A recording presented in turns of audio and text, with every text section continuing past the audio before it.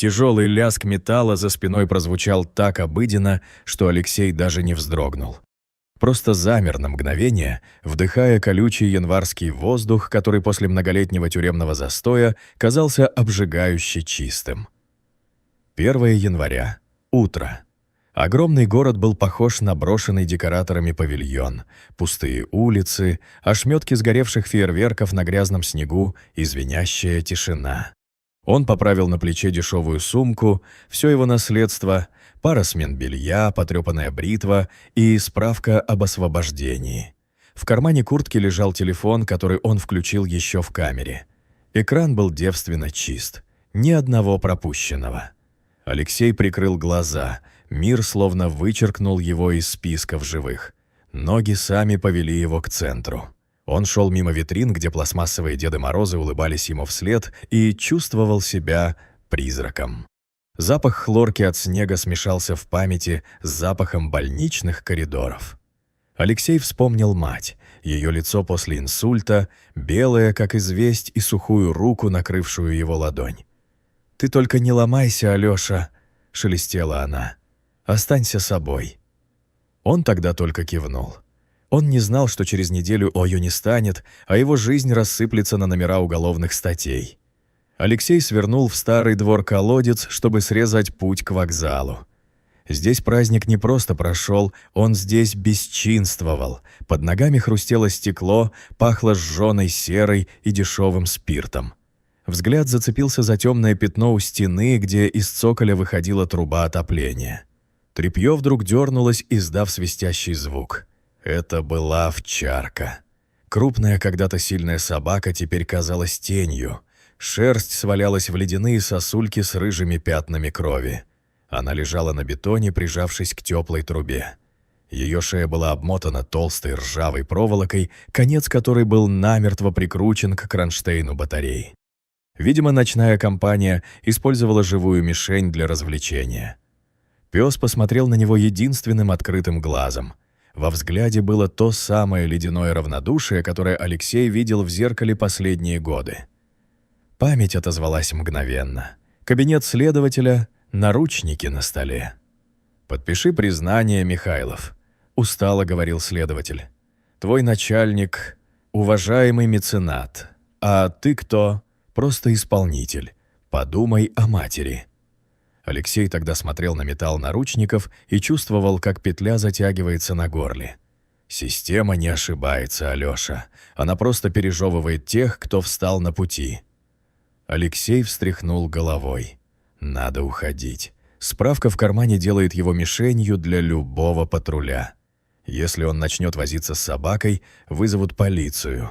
Бывший зэк, кровь, нож. Никто разбираться не будет. Он сделал шаг прочь. «Весь мир гнилой, всем не поможешь», — уговаривал он себя. Но спиной чувствовал этот мертвый взгляд. Тюрьма — это не стены. Тюрьма — это когда тебя привязали проволокой к пустоте и забыли. Он резко развернулся и вернулся к батарее. «Ну что, горемычная?» — прошептал он, опускаясь на колени в грязное месиво. «Бросили!» Собака не отстранилась. Проволока была толстой, катанка голыми руками не взять, а ножа не было. Алексей схватился за ржавое кольцо. Холод металла обжег ладони. Он потянул, но узлы были затянуты с садистской тщательностью. «Потерпи, родная!» Алексей намотал проволоку на ладони, стараясь захватить побольше. Металл врезался в плоть. Резкая боль прошила предплечье, и мир поплыл, сменяясь запахом дорогого табака. Кабинет Громова. «Алёша, на кону всё», — мягко говорил хозяин фирмы. «Илья совершил ошибку, но ты надежный. Возьми это на себя. Мы поможем матери. Найдем врачей». Алексей тогда поверил. Поверил в «мужик должен». Громкий мат с верхних этажей вернул его в реальность. «Мужик должен», — пронеслось в голове с едкой иронией. Он рванул проволоку на себя всем весом, кожа на ладонях лопнула, горячая кровь потекла по запястьям, но Алексей не отпускал. Он вкладывал в это движение всю ненависть к Громову, к судьбе, к этому чертову празднику. Раздался сухой скрежет, проволока лопнула. Алексей отлетел назад. На ладонях зияли раны, но узел подался. Собака медленно подняла голову. Впервые в ее взгляде промелькнуло удивление. «Идти можешь?» Он снял свою старую куртку и набросил на овчарку. Ветер хлестнул по ребрам, но ему было все равно. «Пошли, нам обоим здесь делать нечего». Вокзал встретил их запахом хлорки и безнадёги. Алексей сидел в углу зала ожидания, пес сжался к его ноге. Люди обходили их стороной, брезгливо морщились, видя мужчину с окровавленными руками и грязную собаку. На последние деньги Алексей купил 2 чебурека.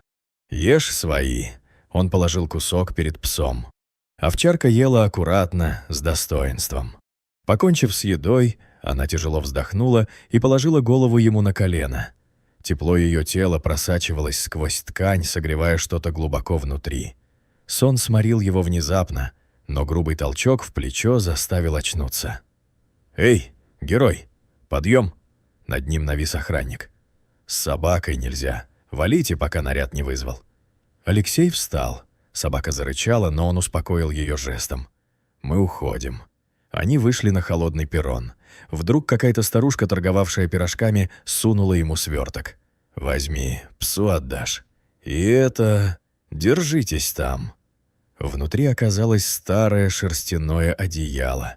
Алексей укутал дрожащую собаку, и они двинулись вглубь просыпающегося города. Они брели долго. Прохожие шарахались, кто-то крикнул «Пес больной!», охранники магазинов гнали их прочь. В переулке у парикмахерской Алексей присел, чтобы поправить сбившееся одеяло. Пальцы наткнулись на ошейник под грязной шерстью. Он счистил налет и увидел гравировку. «Лада». А на внутренней стороне бедра четкое клеймо. Сердце пропустило удар. Это не дворняга. Это дорогая породистая собака, у которой есть хозяин. Внутри все сжалось. Если он вернет ее, его обвинят.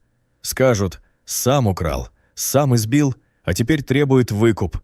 Кто поверит зеку? Но Лада лизнула его забинтованную руку, и в этом жесте было столько доверия, что страх отступил. «Не отдам я тебя, пока не пойму, что там тебе будет лучше», — хрипло сказал он. Визг тормозов нарушил тишину. У входа в переулок застыл мужчина в дорогом пальто. В руке светился телефон. «Эй, ты! А ну не двигайся!» — крикнул он, глядя на собаку с суеверным ужасом. «Это же... Лада. Она пропала 3 недели назад». Мужчина навел камеру телефона. «Не снимай». Алексей шагнул вперед, закрывая собой собаку. Ей врач нужен, а не фотосессия.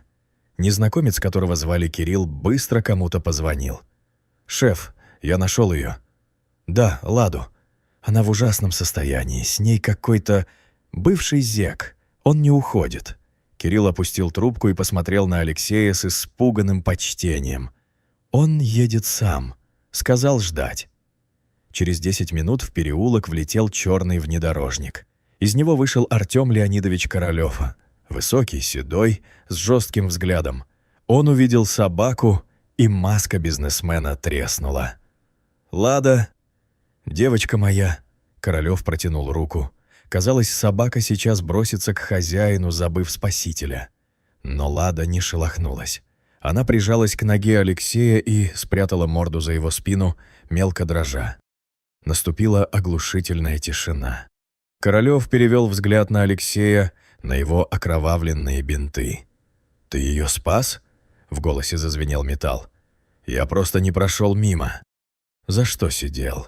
Вопрос прозвучал как выстрел. Алексей мог соврать, но, глядя на Ладу, решил, хватит прятаться. За то, чего не совершал. Но в этом городе в такие сказки не верят. Королёв усмехнулся.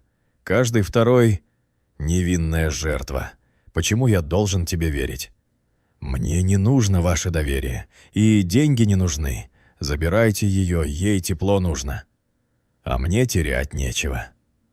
Алексей коротко, сухо рассказал свою историю. Про монолит, про Громова-старшего, который подставил его ради сына Ильи. про поддельные подписи и суд, где на него смотрели как на мусор.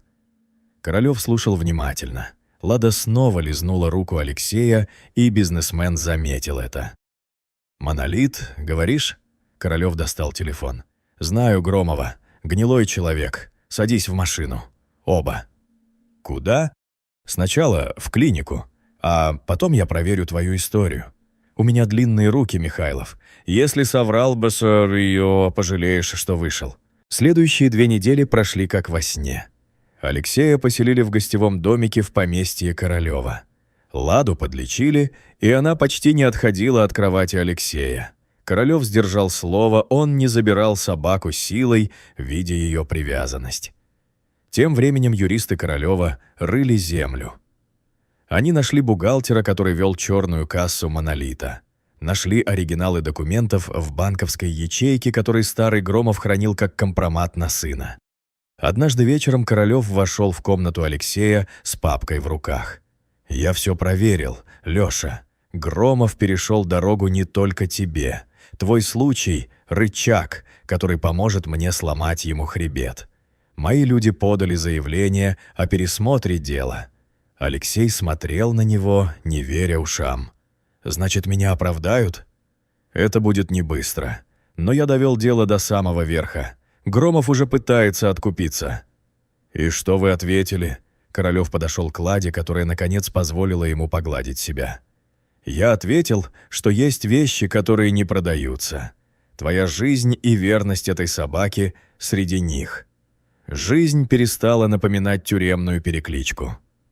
Теперь утро Алексея начиналось с влажного носа Лады, тычущегося в ладонь. Он получил работу в архиве логистического центра Королёва, жилье и, главное, покой.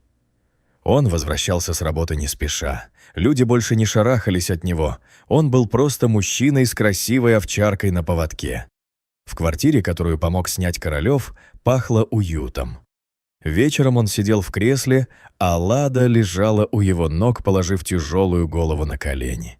На столе стояла фотография матери. Она улыбалась, и теперь эта улыбка не казалась горькой. «Сердце тебя выведет, Алёша», — говорила она. И оказалась права. Сердце привело его к той батарее, заставило рвать проволоку голыми руками.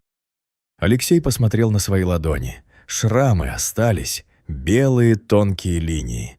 Он не вернул прошлую жизнь, но в тот первый час свободы он спас не просто собаку, он спас в себе человека. И это было единственное, что Громов и вся система так и не смогли у него отнять. Телефон пискнул. Сообщение от адвоката. Постановление о пересмотре подписано. Громов объявлен в розыск. Алексей выключил свет. В комнате повисла добрая тишина дома, где больше нет места страху. Дорогие зрители, если вам понравилась эта история, поддержите ее лайком и комментарием.